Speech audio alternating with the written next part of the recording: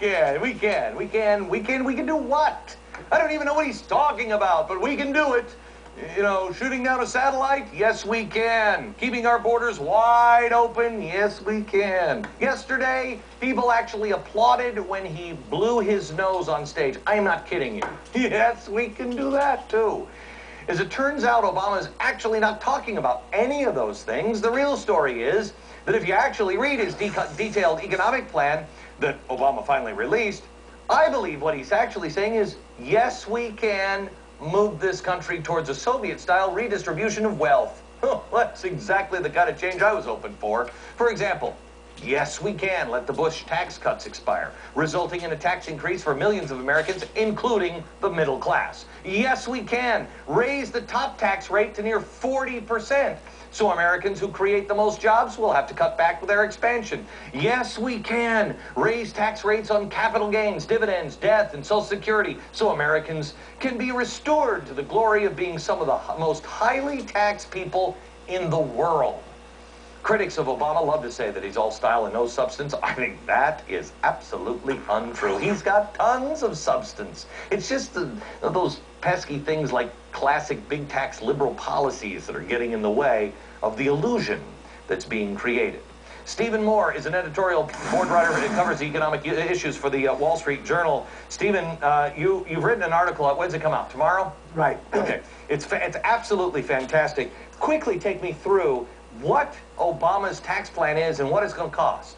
Well, Glenn, I don't know if you remember the 1970s, that wonderful era of bell-bottom jeans and disco and gasoline lines. But it looks to me, as I read through Barack Obama's plan, he's talking about taking us back to the 1970s on economic policy. Stephen, do you remember the first time we met?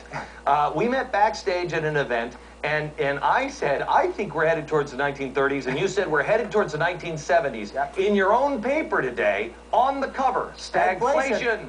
Right, and people will remember stagflation is the combination of high unemployment and high inflation. And it looks like, I don't want to be apocalyptic, it looks like right now we're headed that way. And Barack Obama would make things worse, because what he's talking about, as you pointed out, is almost every important tax rate would go up to the highest rates they've been since the 1970s. Okay, but if one thing, Glenn, if you put in place his whole program, the highest tax rate in the United States would go up to 52%. If you live in a state like New York or New Jersey, you're talking about 60% tax rates. Or I mean, California. you just can't do that. Or California too. Look at what we just talked about with California a second ago. These cities are crumbling. You know, right? And I was listening to your conversation, which was right on the mark, and you asked the question, is California going to bail out the city of Vallejo?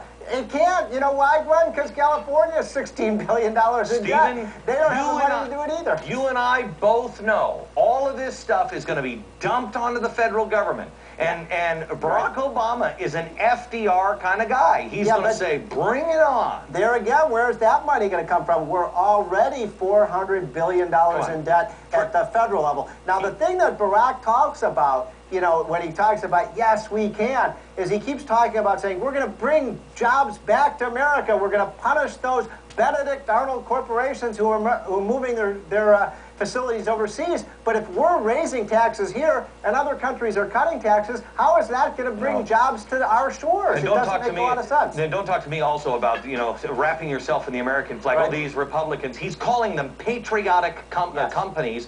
This is the plan. That's what it's called. Real quick, could the Social Security caps coming off be the largest single tax increase in the history of our country? It could be, because you're talking about every dollar over $100,000 being taxed at this 12% rate. So you're talking about, you know, those firemen that you were talking about in Vallejo, they're going to have to pay a big Social Security tax on top of the money that they're already paying. 10% tax right off the top. Stephen, thanks a lot. So That's much a real for story. helping the middle class. Yeah, I know. Is that 200,000 isn't middle class? you, sir, he's an elitist. That's a real